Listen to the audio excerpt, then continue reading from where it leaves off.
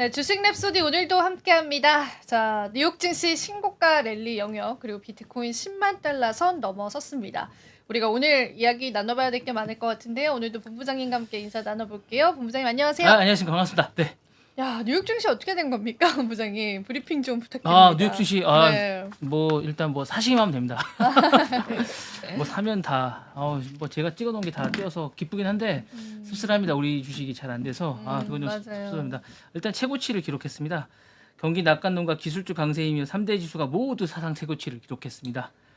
이날 다우지수 30은 평균 지수는 전 거래일보다 308.51포인트가 오른 45,014.04로 마감하며 사상 처음으로 45,000포인트가 넘어섰습니다. 뭐 이렇게 막 잘 나가도 되는지 모르겠습니다. 스탠드포 500 지수도 36.61포인트가 오른 6,086.49, 기술주 중심의 나스닥 지수도 254.21포인트가 오른 19,073.5.12로 거래를 마쳤습니다. 3대 지수 모두 종가 기준 사상 최고치를 기록할 것 같습니다. 일단 사시면 다 오른다고 보셔야 될 것 같고요. 세일즈포스가 역시 강세입니다. 이거 사실 제가 한번 해드리려고 찍어놓은 건데 정말 대단한 것 같습니다. 이 세일즈포스 정말 제가 상반기부터 계속 찍어놓던 건데 정말 대단합니다. 이거 정말 이 서버형인데요. 정말 대단한 것 같습니다. 뭐 실적 발표 향후 실적 전망 상향 조정하면서 주가가 10.99%나 뛰었습니다. 그리고 반도체 기업 마블 테크놀로지 이것도 제가 찍어놓은 건데 정말 강세입니다. 이거 나스닥 상승하고 있고요. 전반적으로 제가 이제 찍어놨던 33목 3개 종목 중에 하나입니다. 정말 대단한 거고요. 일단 뭐 그런 거고 테슬라도 일단 신고가 52주 신고가를 기록했어요. 비아디한테 지금 밀리고 있는데 이거 뭐 개의치 않습니다. 네, 일단 제롬 파월 연방 의장이 경제에 대해서 낙관 발언을 일단 했습니다. 이게 좀 정말로 좀 큰 영향을 미치고 있습니다. 이분이 어쨌든 입을 열기만 하면 미국의 어떤 경제나 전체 세계 경제를 좌지우지하는 것 같습니다. 이분 정말 뭐랄까요? 뭐 현자라 그래야 되나요? 어쨌든 영향이 큽니다. 이분이. 영향력 크죠. 네네. 금융시장에. 네, 저도 이런 분 같았으면 좋겠어요. 반만 따라. 한국에 이런 분이 좀 없으세요. 미국에는 이런 분들이 좀 있는데 한국에는 이런 분이 좀 없는 게 좀 안타깝습니다. 나라의 그 특징도 있지 않을까요? 강대국. 물론 그렇죠. 이제 왜냐하면 모든 돈이 미국에 모이다 보니까 그러니까. 강대국이라 보니까 돈이나 전체적인 그러니까 지금 모든 돈이 미국으로 모이고 있습니다. 그러다 보니까 이제 미국의 증시에 모든 돈이 모이다 보니까 이제 미국에 있는 그런 쪽에 뭔가를 움직이는 분들의 말이나 어떤 것들이 모두 영향력을 갖게 되는 것 같아요. 그러다 보니까 전기차 대장주가 2% 가까이 상승했습니다. 전거래일보다 1.85%는 357.93달러를 기록하며 52주 최고가를 했고 시총도 1조를 다시 넘어서서 1조 1,490억 달러로 늘어났습니다. 사실 물론 이제 그 테슬라 악재가 좀 있습니다. 중국에서 이제 비아디에서 밀려서 전년 대비 4.3% 하락했습니다. 그래서 이제 그 골드만삭스가 사실은 이제 요즘에 이제 뭐 투자은행 보고서 잘 맞지 않습니다. 4분기 성장세가 둔화될 거예요. 그렇네요. 지난번에도. 네, 우리나라에 대해서도 뭐 전망치 내놓는 거 잘 안 맞습니다. 안 맞고. 믿지 마십시오. 네. 근데 이제 그 제롬 파월이 이제 뉴욕 타임스 딜북 정상회의에서 미국 경제가 놀라울 정도로 양호한 상태. 제가 보기에도 뭐 이분이 아니어도 저 같은 이 평범한 사람이 보기에도 미국 경제는 좋은 것 같습니다. 네, 신중해질 필요가 있고 금리 인하에 대해서 신중해질 필요가 있을 것 같습니다. 이렇게 지금 호황인데 금리 인하에 대해서 할 필요 없을 것 같습니다. 그래서 주가랑 요인이 작용할 수 있겠지만 저도 제가 봐도 긍정적인 것 같습니다. 그래서 그런 것 같고요. 나머지 것들도 이제 전반적으로 이제 그 빅테크들은 다 매그니피션트뿐만 아니라 빅테크들 전반적으로 상승합니다. 다만 이제 제가 볼 때는 이제 지금 자본난을 겪고 있는 전기차 종목들은 다 상승했지만 니콜라 루시드가 좀 하락했습니다. 0.94% 하락해서 2.10으로 장을 마감했습니다. 대장주 엔비디아도 3% 넘게 상승했습니다. 전 거래일보다 3.48% 오른 140달러 넘었습니다. 145.14달러 기록했고요. 이제 사상 최고치인 150달러 넘을 것 같습니다. 148점에 가깝게 근접했고 시가총액도 3조 5,540억 달러로 불어났습니다. 이거 역시 제롬 파월의 힘이 큽니다. 우리 파월 힘이 셉니다. 파월 형님. 네. 빅 파월입니다. 빅 파월. 네. 빅 파월. 네. 그래서 이제 엔비디아가 하면 또 누가 생각납니까? AMD도 생각나지 않습니까? 네. AMD도 1.42%. 마이크론 같이 3.37%. 그다음 브로드컴도 생각나지 않습니까? 브로드컴. 생각납니다. 그럼 또 누가 생각납니까? TSMC 네, TSMC 생각나고 0.91. 예, 일단 뭐 한국 기업들은 예, 일단 뭐 별로 안 상승. 음. 우리 대통령께서 한마디 하셔가지고 아직도 허덕이고 있습니다. 근데 이제 그 얼마 전에 그 누구죠? 그분이 사퇴하셨던 분 겔싱어 이것 때문에 또 엔텔은 또 급락했습니다. 2.27% 급락해서 이제 이분은 잘 안 됐고요. 그래도 이제 전반적으로 이제 그 반도체 지수는 상승했어요. 필라델피아 반도체 1.71% 상승해서 5,221.78포인트로 장을 마쳤습니다. 네. 그렇게 됐습니다. 그런데 이제 이렇게 하면 애플은 어떻게 될까요? 애플은 네. 또 상승했습니다. 애플도 상승했으니까. 애플도 상승했고요. 그리고 대단하다. 아마존도 진짜. 상승했습니다. 야, 아마존은 뭐 그죠. 대단하다 진짜. 네, 아마존도 218.04달러로 부럽습니다. 종전 최고가를 다시 경신했습니다. 아, 부럽습니다. 일단 뭐 다 상승했습니다. 예. 그리고 장중한 때는 219.99달러로 해서 220전을 목표에 두기로 했고요. 시가총액도 2조 2,920억 달러로 확대되면서 이제 구글하고 격차도 많이 벌렸습니다. 네, 그리고 이게 이제 아마존은 이제 자사 얼마 전에 그 개발했거든요. AI 칩 네. 트레니엄 2라고 이제 애플 AI 그 인텔리전스 훈련에 사용된다고 이제 이게 이야기가 나오면서 주가가 많이 상승했습니다. 그래서 요거 관련해서 이제 그 요게 이제 중요한 게 뭐냐면 지난달에 180달러 초반대에 왔다 갔다 했어요. 20% 가까이 상승했거든요. 그래서 주가 많이 뛰었어요. 그리고 AWS 3분기 성장률이 이제 많이 올라가면서 아마존 지난달에 사셨던 분들은 돈 많이 벌었겠어요. 진짜 그랬겠네요. 네네네. 그래서 이제 이 주가 사셨던 분들은 많이 좋아하셨을 것 같고요. 조금 이따 이제 여러분들 이제 우리 코인의 여왕께서 비트코인이 10만 달러 넘은 얘기 해드릴 겁니다. 그래서 여러분들 우리 유튜브 들으셨으면 낭낭한 목소리로 10만 달러 넘은 얘기 해드릴 거니까 조금 이따 들으시면 아시게 될 것 같고요. 조금 이따 보시면 알게 될 것 같고 그 다음에 이제 일론 머스크가 그 요 조금 이따 얘기 좀 이따 제가 해드릴 겁니다. 그래서 이제 그리고 이제 넷플릭스 주가도 엄청나게 뛰었습니다, 여러분. 넷플릭스도 사상 최고가를 또 제가 요즘 얘기하시잖아요. 그러니까 이제 제가 이제 도떼기 시장 같이 말씀드리지만 사면 다 뜁니다. 저 넷플릭스 주가 잠깐 제가 봐드릴게요. 네. 넷플릭스 주가가 이게 장외 시간에 완전 이게 지금 난리 났습니다. 이게 장에도 이제 뛰고요. 그 장이 끝난 다음에도 뛰었습니다. 그래서 여기 보시면 원래 이제 사상 최고치의 폐장 후에 잠깐 떨어지긴 했는데 911.06달러로 이제 사상 최고치입니다. 보시면 이게 보시면 제가 이제 잠깐 보여드리겠습니다. 보시면 이게 엄청납니다. 이렇게 뛰었습니다. 보시면 이게 죄송합니다. 이렇게 뛰었고요. 일주일 단위로 보시면 이렇게 뛰었습니다. 자꾸 이상하게 하네요. 이렇게 뛰고 있습니다. 이렇게 뛰었습니다. 이게 911달러까지 갔다가 이제 끝나고 나서 이제 장이 끝나고 나서 살짝 떨어 좀 팔려서 이제 잠깐 떨어졌는데요. 이제 떨어지고 나서 909달러 정도로 끝났습니다. 그래서 908.32달러까지 떨어졌다고 하는데요. 엄청난 겁니다. 그래서 이제 뭐 이 넷플릭스도 지금 뭐 엄청나게 떨어지고 있고요. 수익률 연초 대비해서 85% 정도 상승하고 있고 수익률이 지금 뭐 오징어 게임이 이제 이달 말에 나오잖아요. 2가 나옵니다. 그래서. 이렇게 되면 이제 제가 볼 때 1,000달러 뚫을 것 같습니다. 넷플릭스도 대단하다. 넷플릭스도 대단하게 될 것 같고요. 이게 지금 뭐 아웃 퍼포먼스가 엄청난 것 같습니다. 지금. 이게 지금 어떻게 될지 잘 모르겠습니다. 이게 지금 목표가를 지금 보면 전반적으로 이제 그 BOF 그 뱅크 오브 아메리카 쪽에서는 지금 넷플릭스를 1,100달러까지 잡고 있어요, 목표가를. 좋습니다. 네. 그리고 또 우리 기업 하나씩 오늘 그 본부장님, 기업을 좀 해보려고 말씀- 하는데 오늘은 코파치라는 기업을 좀 보려고. 저는 되게 생소하네요. 이게 온라인 차량 경매 사이트입니다. 이게 코파트는 온라인 차트고요. 1982년도 캘리포니아 벌레이오에서 설립된 최초의 온라인 차량 경매 회사입니다.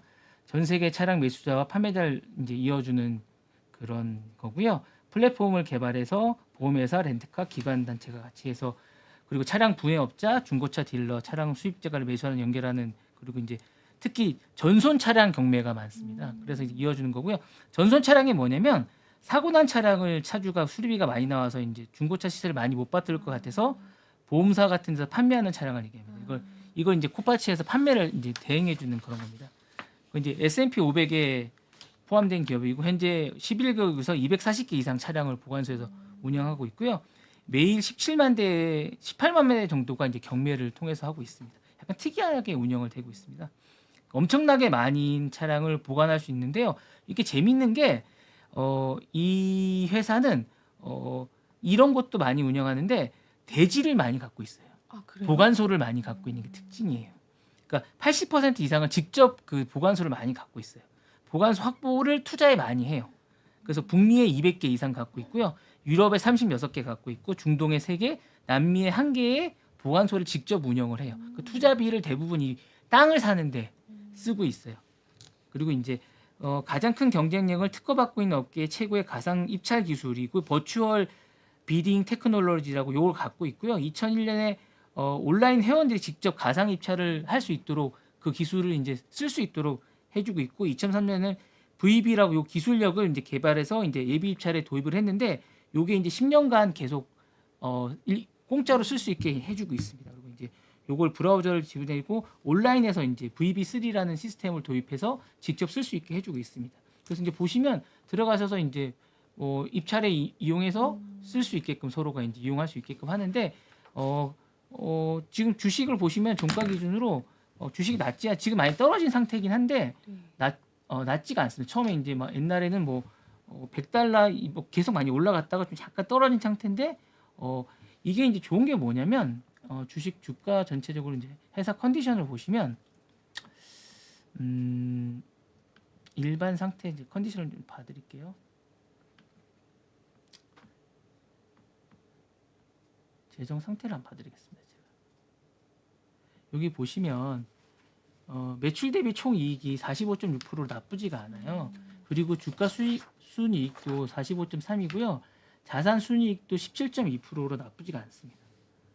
그리고 무엇보다 보시면 작년 대비 매출 성장률도 20%씩 성장하고 있고요. 그다음에 자기 자본율도 보시면 나쁘지가 않습니다.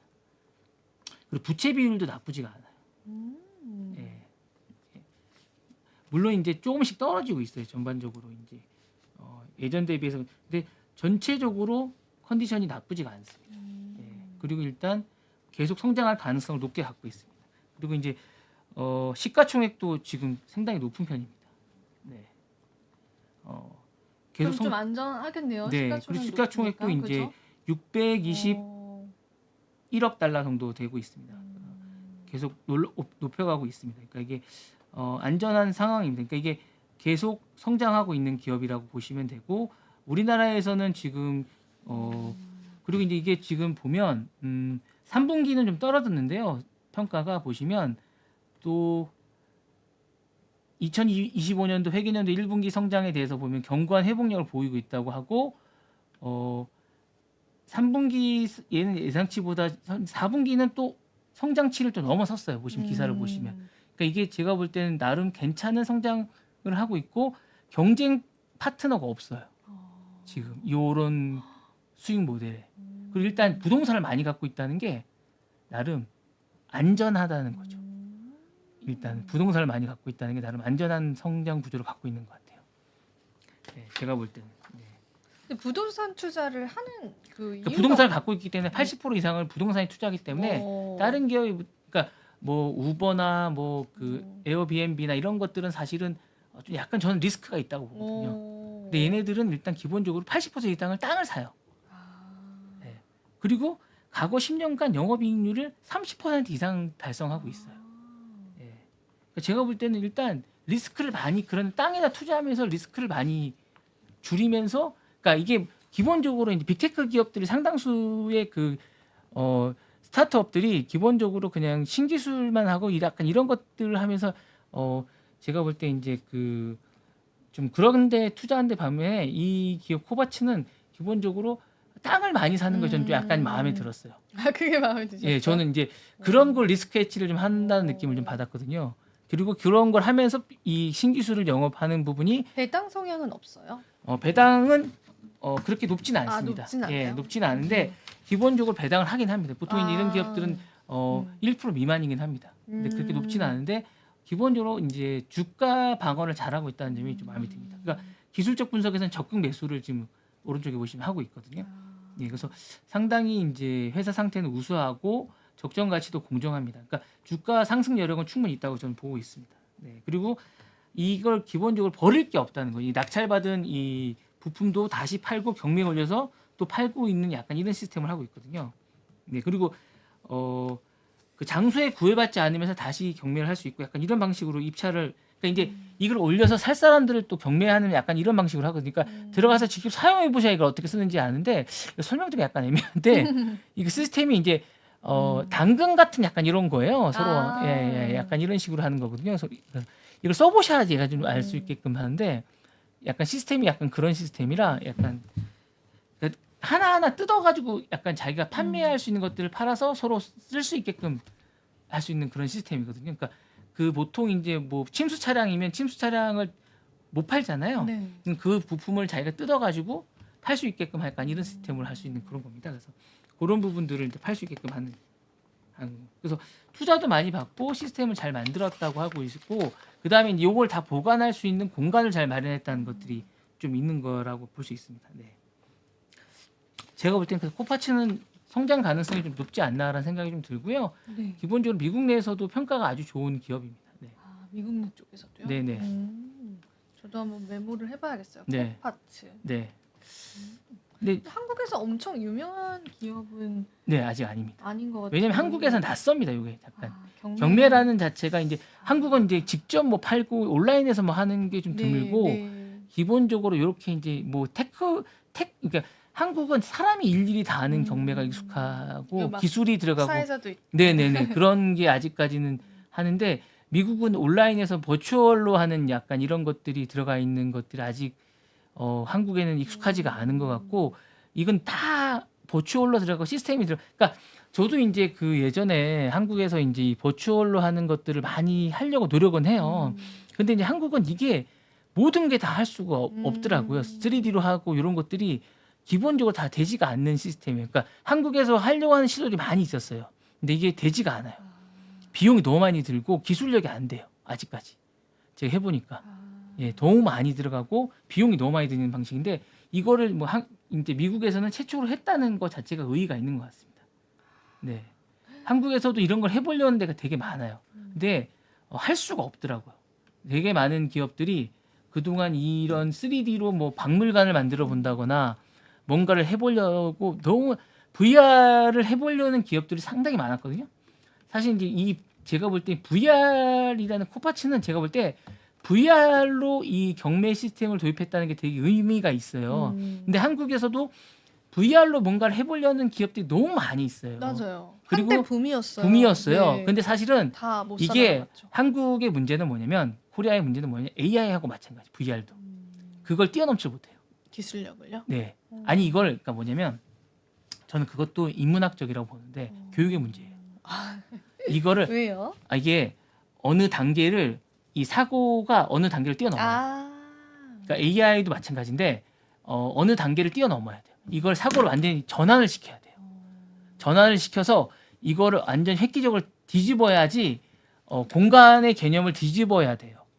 공간의 개념을 뒤집어서 다르게 생각해서 이거를 접근해서 그래야 돼요. 왜냐하면 우리가 스마트폰이나 윈도우 같이 그렇게 완전히 뒤집어서 접근을 해서 사고 자체를 뒤집어서 접근을 해서 그래야지 비용도 줄어들고 체제를 바꿔야 돼. 시스템을 바꿔서 접근을 하지 않으면 도저히 구축할 수가 없어요. 네. 지금의 시스템으로는 제가 볼 때 버추얼 시스템을 구축할 수가 없다고 저는 봅니다. 예. 더 힘들고 더 힘들다고 보는 거죠. 네. 아마 누가 만들어서 가지고 와서 체제를 구축하냐 하지 않으면 힘들지 않을까라는 생각이 듭니다. 한때 그런 게 되게 또 약간 유행이었는데. 유행이었는데 그거는 네. 제가 볼 때 흉내내기. 흉내내기. 예. 그냥 어디 가서 이렇게 비추면 이렇게 대충 보여주고 이런 정도. 이건 버추얼 리얼리티가 아니라 그냥 그냥 옛날에 보면 저희가 이렇게 영상 그 활동 사진 같은 거 약간 이런 느낌의 그런 게 아닌가. 저희가 옛날에 보면 이렇게 아버님 뭐 사오시면 활동 사진 아저씨들이 영상이 활동 사진 약간 그런 거에 약간 그렇구나. 예, 약간 이런 버전의 느낌이라는 생각이 드는 거죠. 약간 확장판? 예. 저는 그런 생각이 좀 들거든요. 이게 완전히 생각을 바꾸고 확장을 하는 천재가 나타나서 그걸 바꿔주지 않는 이상 저는 불가능하다고 봅니다. 그러니까 코파치도 저는 보면 버추얼 리얼리티를 간편하게 이 어떤 경매를 버추얼 리얼리티를 웹상에서 누군가가 만들어 놓는 걸로 보시면 됩니다. 그러니까 저희가 지금 하는 손으로 막 하는 이런 거 있잖아요. 이런 거를 경매 사이트를 자동차 경매 사이트를 누군가가 바꿔 놓은 겁니다.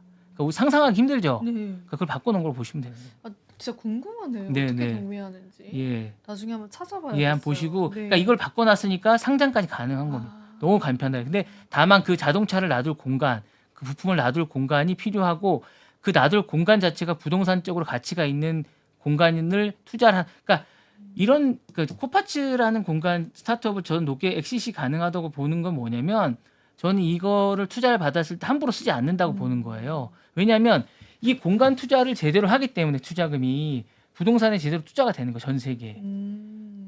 예. 그러니까 이 아이러니를 한 거예요. 이 부동산 이게 가치가 있는 거예요. 제가 아이러니하다고 얘기하는 건 부동산 투자는 정말 대단한 거예요. 제가 이게 뭐 이런 얘기 여담이긴 한데 부동산이 정말 대단하다고 생각하는 게 뭐냐면 예전에 이거 뭐 새끼를 새는 걸 수 있는데 예전에 정말 쓸모없을 수 있는 땅들이 있어요. 그러니까 뭐냐면 지금 성당들이 있는 자리가 있어요. 성당. 성당이요? 예, 성당이 있는 네. 자리가 있는데 이 성당이 예전에는 지금의 성당이 있는 자리들이 예전에는 크게 좋은 자리들이 아니었어요. 뭐 예전에는 약간 뭐 무덤이 있는 자리거나 막 크게 뭐 이런 자리들이 성당을 많이 지었대요. 제가 카톨릭 예. 신자여서 알아요. 예, 그러니까 네. 그런 자리들을 이제 오. 성당들이 많이 차지하고 있었는데 그러니까 그런 주변 자리들이 많이 있었대요. 이렇게 오르막에도 네, 많이 그런 있어요. 자리가 뭐 그러니까 산 네, 높은 자리가 그런 많이 높은 있잖아요. 자리. 근데 그런 자리들이 이제 도심이 쓰고 그러면서 음. 했는데 그런 자리들이 이제 이제 도시가 쓰고 그러다 보니까 이제 목이 좋은 자리가 된 거예요. 그렇죠, 그렇죠. 예. 그러니까 그런 것처럼 예, 예, 그렇게 된 거죠. 그러니까 시간이 지나면서 예, 그러니까 세월이 시간이 지나면서 흘러가면서. 성당이 무슨 돈이 있겠어요. 그렇죠, 그렇잖아요. 그렇죠. 예. 네. 근데 지금에 와서 이제 성당이 자리를 잡으면서 그렇게 된 거잖아요. 그런 것처럼 네, 예, 그런 거 마찬가지. 네. 그러니까 코파치도 그렇게 부동산에 지금 상당 80% 이상 무조건 코파치의 원칙은 투자금의 80% 이상을 부동산에 부동산 투자에 투자한다. 그러니까 투자한다. 왜냐하면 그 자동차 공간 이런 거 마련할 공간을 마련하는 거죠. 아 그렇네요. 공간 마련 겸. 근데 그걸 네. 단순히 뭐 팩토리의 개념으로 네, 이렇게 네. 하는 게 아니라 네, 가치가 있는 네, 네. 땅에다가 이왕이면은 그렇게 하는 네, 거죠. 해놓으면 되는 거죠. 오, 네, 좋다, 괜찮네요. 한번 코파츠. 네.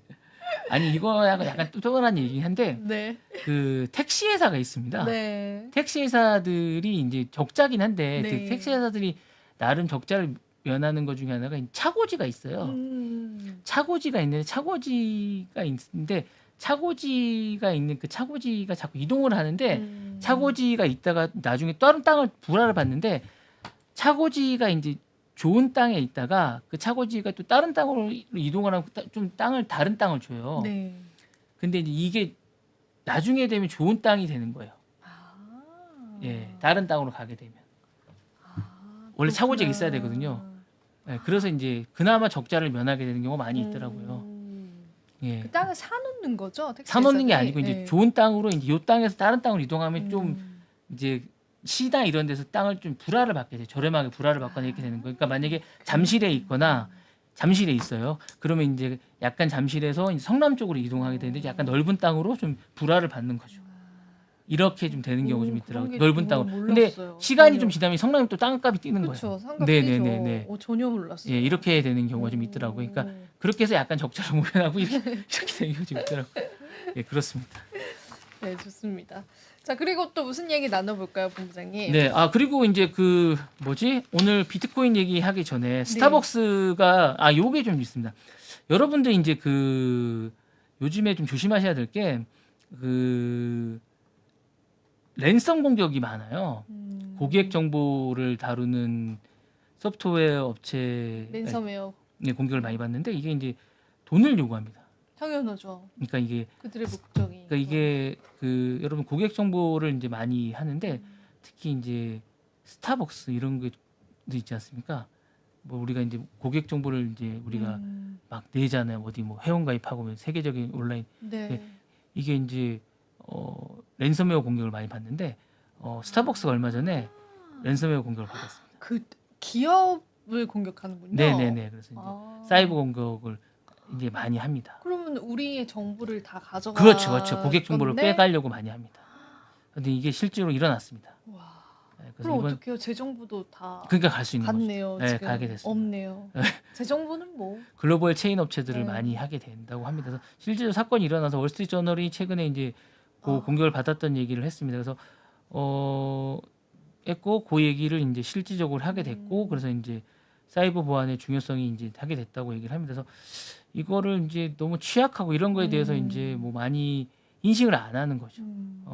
그 정보를 해서 마케팅을 한 자료로 하는데 이런 거에 취약할 수밖에 없죠. 이런 거에 대해서 이제 기본적으로 그런 쪽들은 보안에 대해서 신경을 많이 안 쓰거든요. 본인들은. 그렇죠. 네, 마케팅 자료로만 갖고 있고 뭐 이러다 보니까 기본적으로 그분들은 뭐 커피 쪽에 신경을 쓰지 이런 쪽에 신경을 많이 안 써요. 원두 네. 원두 가격 마케팅 뭐 이런 거에 신경을 많이 쓰다 보니까 기본적으로 많이 안 쓰시더라고요. 그러니까 이렇게 되는 경우가 많이 있다 보니까 아무래도 많이 안 쓰시게 되는 거다 보니까 그렇게 되는 경우가 많이 있는 것 같고. 네. 자, 그럼 저희 암호화폐 이야기, 네네네. 10만 달러 이야기. 근데 이제 많이들 이제는 접하셨을 내용이긴 한데요. 그 이후에 뭐 후속 기사들 몇 가지 좀 가지고 왔고, 일단은 지금 그 글로벌 시가총액에서 구글 바로 밑까지 와, 올라왔어요. 지금. 넘기겠는데요? 알파벳? 많이 차이는 안 나요. 물론 이제 금액이 많다면 많은 부분인데 사우디아람코랑 실버는 지금 가뿐히 넘어섰고 이제 남은 거는 이제 이 빅테크 기업들이 있습니다. 그래서 요 빅테크 기업을 따라잡으러 갈 것이냐 이런 것들 또 우리 시장의 관전 포인트가 근데 되고 요즘 시장이 있습니다. 좋아서 쉽지 않을 것 같습니다. 예, 그런데 이제 이쪽도 좋은 거예요. 근데 네. 공교롭게 또 이제 본부장님은 뉴욕 그 담당이시고 제가 네. 이제 암호화폐 담당이니까 서로 이제 경주를 지금 네. 하고 있는 거죠. 네네. 뉴욕 시장을 이겨줄 것이냐 그런 부분들 살펴보면 좋을 것 같고 지금 이게 비트코인의 시총이 한국 증시 총합보다 크다고 합니다. 그래서 제가 이게 약세장 때 그 저 혼자 그냥 통계 내봤을 때는 그러니까 국내 시장보다는 좀 작았거든요. 근데 이제는 너무 커져버린 시장이 돼버려서 커뮤니티에서는 이게 우스갯소리긴 한데요. 되게 여담인데요. 비트코인 블랙 프라이데이가 한국에서 일어났었다 이렇게 사람들이 표현을 하더라고요. 그 네네네. 최근에 정치적 리스크 네네네네. 불거졌을 때 국내 거래소에서만 하락을 했었으니까 그러니까 막 세일 한 번 더 해달라 이러면서 막 네네네. 커뮤니티에서는 우스갯소리로 그분들께서 그렇게 말씀하시는 것도 제가 봤습니다. 이유가 되게 많았어요. 오늘의 주제는 왜 10만 달러에 갔느냐. 일단 제롬 파월 연준 의장이 비트코인은 디지털 골드와 같다라고 발언을 해줬습니다. 간밤에. 물론 이제 경제에 관한 이야기들도 했지만 제롬 파월 연준 의장이 비트코인을 금과 비교했어요.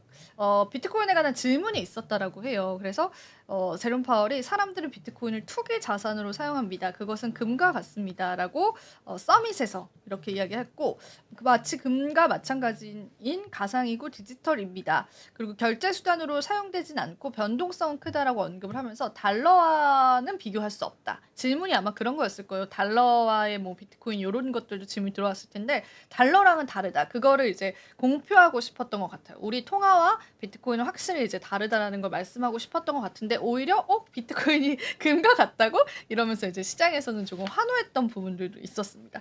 달러의 경쟁자가 아니다라고 이렇게 또 이야기를 해줬습니다. 이게 또 간밤에 있었던 소식이었고 또 푸틴도 푸틴 대통령도 이제 크립토를 이제 피해갈 수는 없다. 비트코인을 금지할 권한은 없다. 암호화폐는 자연스럽게 발전을 할 것이다라고 이야기를 했습니다. 러시아 통화 회의에서 연설을 한 거예요. 이거는 그래서 이제 물론 이제 푸틴의 입에 우리가 막 시장이 요동치진 않지만 그래도 이제 파월도 이렇게 이야기한 상황에서 푸틴까지도 이런 이야기를 했다라는 그런 부분들 누가 비트코인을 금지할 수 있겠습니까? 아무도 없습니다. 그리고 참고로 이제 중국이랑 러시아 같은 경우에는 그러니까 달러의 기축 통화를 굉장히 싫어하다 보니까 대안으로 지금 비트코인을 선택해서 거래를 좀 하고 있습니다. 그게 예전에 체결이 됐다라고도 제가 언급을 해드렸었는데 그래서 이제 전 세계 각국에서 국내만 제외하고는 이제 비트코인에 관한 흐름들이 굉장히 강력하다라는 걸 확인을 해볼 수가 있었어요.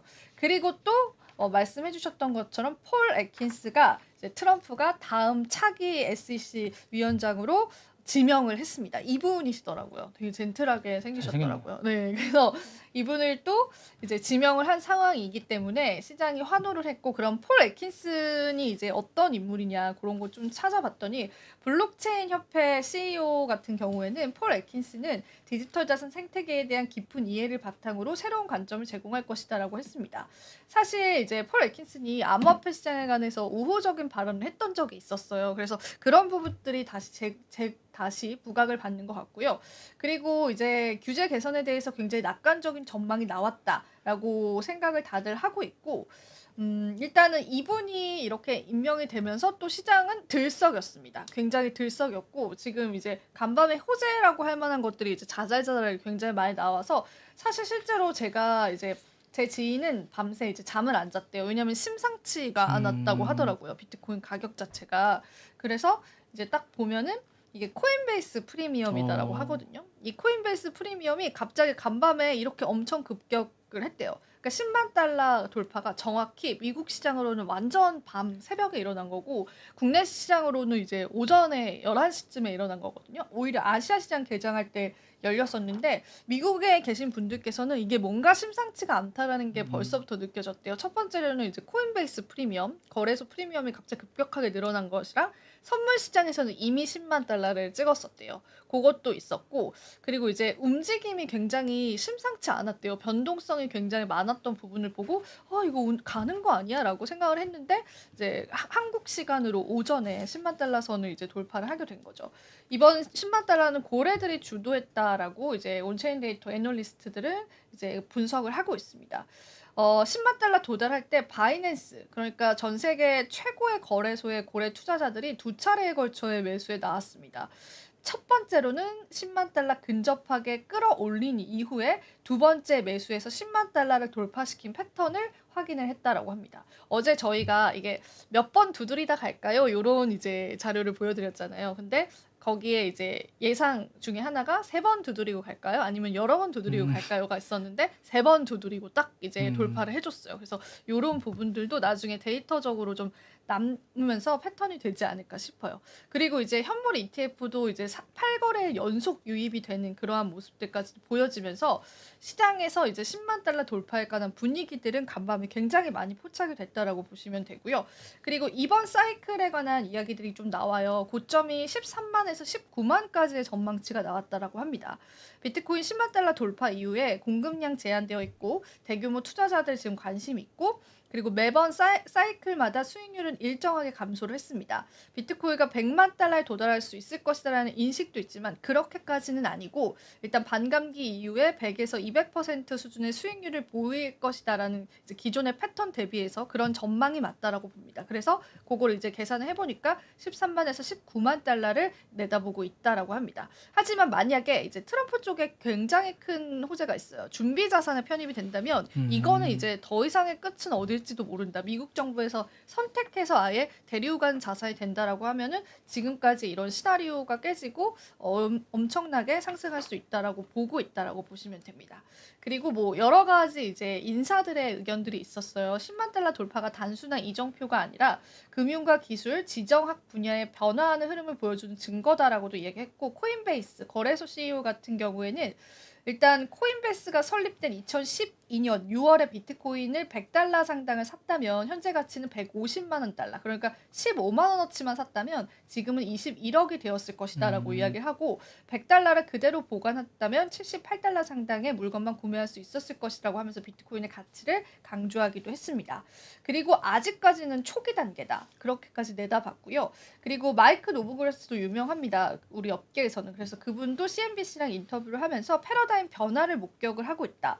4년간 그러니까 바이든 행정부 때 정치적인 연옥이었던 비트코인이 이제 금융주류로 진입이 되었다라고 하면서 기관이 채택을 하고 있다. 이건 엄연히 이제 다른 국면이다라고 이야기를 했고 일단 장기적으로는 낙관하지만 일시적으로는 변동은 있을 수 있다라고 내다봤습니다. 저도 이제 일부 동의하는 게 지금 시장이 너무 환호하고 있기 때문에 우리가 돌다리를 한 번 정도는 두드리고 가볼 필요는 있다라고 생각합니다. 자, 그리고 리플 이야기만 마지막으로 잠깐 한번 해볼게요. 리플이 지금 스테이블 코인 출시가 연기되면서 좀 하락을 했거든요.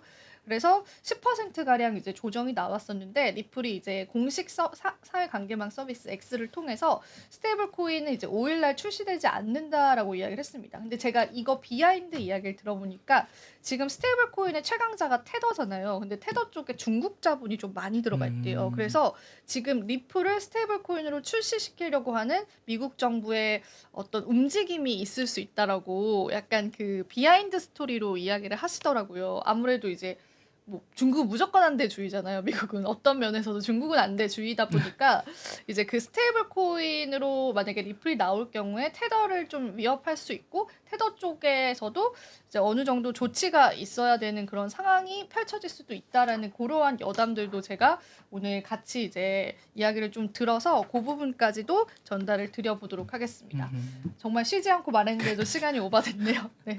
이렇게 해서 저희가 또 10만 달러 비트코인 축하하면서 또 오늘 랩소디 한번 마무리 해볼게요. 네, 본부장님. 좋습니다. 네, 네, 아주 뭐 좋습니다. 잘 들었습니다. 네, 잘 들었습니다. 더 듣고 싶습니다. 아닙니다. 자, 이렇게 해서 저희 랩소디 오늘은 인사드리도록 하고요. 내일은 더 재미난 이야기로 찾아뵙도록 하겠습니다. 시청해주신 여러분 고맙습니다. 고맙습니다.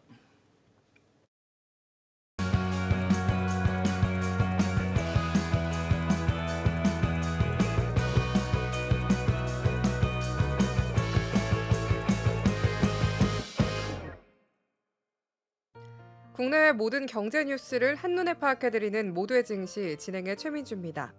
증시 뉴스 전달드립니다. 첫 번째 뉴스입니다. 일론 머스크 테슬라 최고 경영자가 미국 정부의 전기차 보조금을 전면 폐지해야 한다는 입장을 밝혔습니다. 머스크는 현지 시간 5일 워싱턴 의사당에서 비백 라마스와미와 함께 공화당 의원들과 면담을 진행하며 전기차 세액 공제와 관련된 질문에 대해 모든 공제를 없애야 한다고 밝혔습니다. 현재 미국은 인플레이션 감축법을 통해 전기차 한 대당 최대 7,500달러의 보조금을 제공하고 있습니다. 그러나 머스크는 이러한 보조금이 없어져야 한다는 입장을 고수하며 보조금 폐지가 테슬라에게도 도움이 될 것이라고 말한 바 있습니다. 머스크는 이전에도 전기차 보조금을 폐지해야 한다는 입장을 여러 번 밝혔고 7월에는 보조금을 없애라 테슬라에게만 도움이 될 것이라며 이를 공개적으로 주장한 바 있습니다. 이번 발언은 머스크가 정보효율부의 수장으로서 연방정부의 재정 지출을 줄이겠다고 밝힌 후 나온 것입니다. 머스크의 발언은 특히 정치적 무게가 실린 것으로 도널드 트럼프 전 대통령의 2기 행정부에서 중요한 역할을 했던 만큼 그 영향력이 주목받고 있습니다. 머스크의 발언은 전기차 보조금이 폐지될 경우 테슬라에도 일부 손해를 볼 수 있지만 다른 경쟁사에게는 더 큰 타격을 줄 것이라고 판단한 것으로 해석됩니다. 현재 전기차 보조금 지급이 요건이 까다로워 미국 내에서 보조금을 전액받을 수 있는 차량은 많지 않습니다. 그러나 현대차와 LG에너지솔루션, SK온, 삼성 SDI 등 배터리 업체들이 미국에 공장을 설립하는 등 적극적인 투자를 이어가고 있어 보조금이 폐지되면 이들 기업에 큰 영향을 미칠 수 있습니다. 또한 라마스와미는 최근 미 에너지부가 삼성 SDI 스텔란티스 합작 법인 스테플러스 에너지에 대해 75억 달러의 대출을 지원하겠다고 발표한 것을 비판하며 특별 조사를 받아야 한다고 경고했습니다. 이러한 발언들은 향후 전기차 산업에 큰 영향을 미칠 수 있어 미국 정부의 전기차 정책과 관련된 논란은 계속해서 주목받을 전망입니다.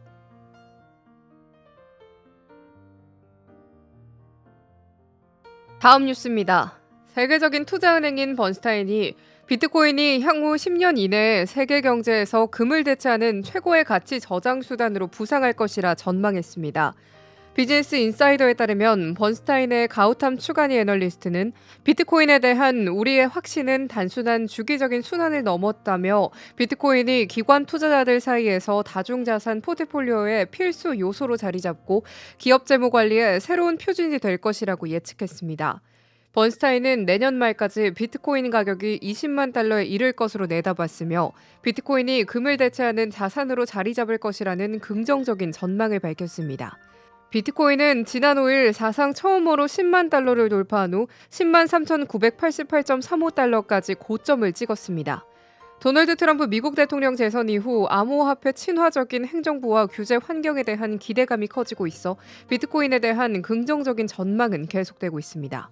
또한 비트코인 상장지수 펀드가 올해 초 출시된 이후 빠르게 성장하며 1천억 달러 유지한 점이 주목받고 있습니다. 번스타인은 기업들이 비트코인을 대차 제조표에 포함하기 쉽게 만들어주는 미국 재무회계기준위원회의 새로운 지침이 비트코인 채택 확산에 중요한 역할을 할 것이라고도 밝혔습니다. 비트코인은 공급이 제한된 자산으로 금과 유사한 특성을 가지고 있어 금의 역할을 대신할 수 있다는 분석도 나왔습니다. 특히 트럼프 행정부에서는 국가 비트코인 준비금을 도입할 것을 제안하기도 했습니다. 공화당 신시아 루미스 상원의원은 미국 정부가 연방준비제도가 보유한 금 증서를 매각해 더 많은 비트코인을 구매할 수 있다고 제안한 바 있습니다. 비트코인의 이러한 성장 가능성은 전통적인 금융시장에서도 큰 변화를 예고하며 향후 10년 동안 그 진화 과정에서 글로벌 금융시장의 큰 변곡점이 될 것으로 예상됩니다.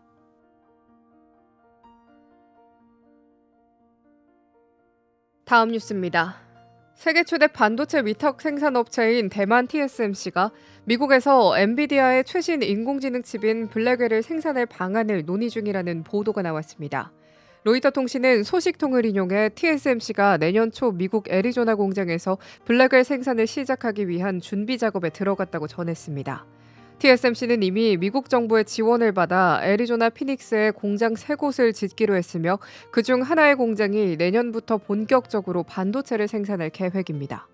블랙웰은 AI 칩의 선두주자인 엔비디아가 올해 3월 공개한 신형 반도체로 현재는 대만 내 TSMC 공장에서 생산되고 있습니다. TSMC와 엔비디아는 이번 생산을 통해 미국 내 제조 기반을 확장하려는 것으로 보입니다. 하지만 로이터는 블랙웰이 미국에서 생산되더라도 웨이퍼 제조 공정은 미국에서 진행되지만 테스트와 패키징 등 호공정은 여전히 대만에서 이루어질 것이라고 전했습니다. 소식통에 따르면 애리조나 공장에는 첨단 패키징 공정인 칩온 웨이퍼 온 서브스트레이트 기술이 없어 이 부분은 대만에서 처리해야 한다는 설명입니다. 현재 TSMC의 애리조나 공장은 애플과 AMD를 고객사로 두고 있는 상태로 애플과 AMD는 TSMC와 계약을 체결한 사실을 공개하지 않았습니다. TSMC와 엔비디아는 이번 보도에 대해 별다른 공식 논평을 내지 않았습니다.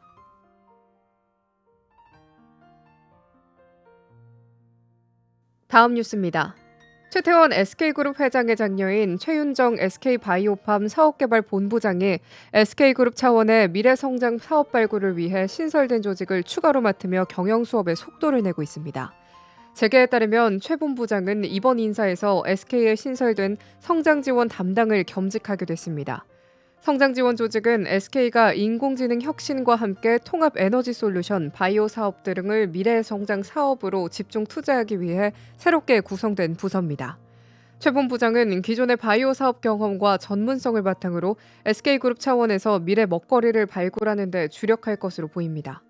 SK 관계자는 그룹 차원의 성장 과제를 발굴하고 계열사 간 빠른 시너지를 창출하기 위한 목적이라고 설명했습니다. 최 본부장은 지난 8월 SK바이오팜 RPT 사업 컨퍼런스콜에서 직접 발표하며 질의에 답변하기도 했습니다. 이 자리에서 SK바이오팜은 뇌전증 치료제 세노바이메이트를 기반으로 한 현금 창출력을 활용해 RPT 포트폴리오를 강화하고 안정적인 제조망 생산망 구축 계획을 공개했습니다. 경영 수업을 활발히 이어가는 최 본부장은 지난 10월 SK그룹 최고 경영자 세미나와 지난달 열린 SK AI 서밋 2024에 참석하며 경영 활동 범위를 넓혀가고 있습니다. 특히 지난 6월 SK그룹의 주요 연례 행사인 경영전략회의에도 처음으로 참석하며 미래 성장 사업 투자 및 질적 성장 전략을 논의한 바 있습니다. 최근에는 최태원 회장과 동생 최인근 SK E&S 패스키 매니저와 함께 한국고등교육재단 50주년 기념식에 참석해 공식 석상에 나란히 모습을 드러내기도 했습니다. 이는 그룹의 인재 육성 철학을 상징하는 자리로 경영 수업의 일환으로 해석되고 있습니다. 최 본부장은 1989년생으로 중국 베이징 국제고를 거쳐 미국 시카고대에서 생물학을 전공하고 시카고대 뇌과학연구소 연구원과 베인앤드컴퍼니 컨설턴트를 거쳐 2017년 SK바이오팜에 입사했습니다. 이후 2019년에는 휴직 후 스탠퍼드에서 생명정보학 석사 과정을 마친 뒤 2021년 복직해 글로벌 투자본부 전략투자팀장으로 승진, 1년 만에 본부장 자리에 올랐습니다.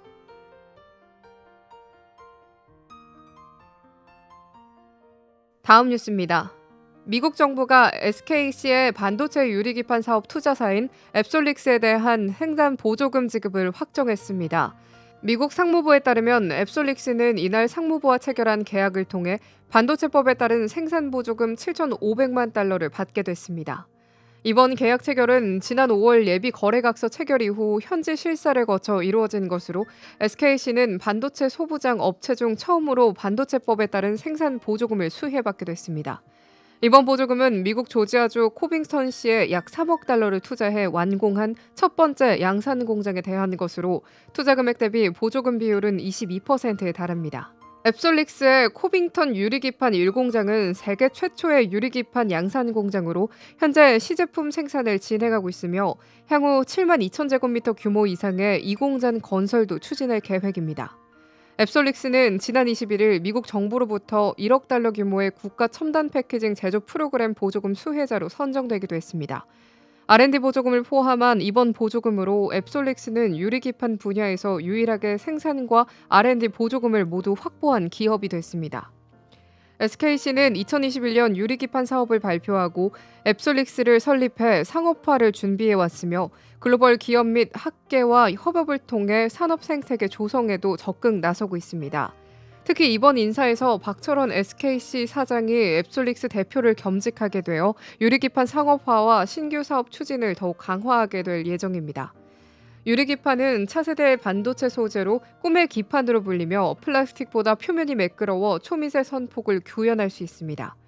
또한 기판과 칩 사이에 중간층 역할을 하는 인터포저가 필요 없어 경량화가 가능하고 기존 실리콘 인터포저 방식보다 속도는 40% 빠르며 전력 소비와 패키지 두께, 생산 기간도 절반 이상 줄일 수 있어 인공지능 등 대용량 데이터 처리에 적합한 게임 체인저로 주목받고 있습니다.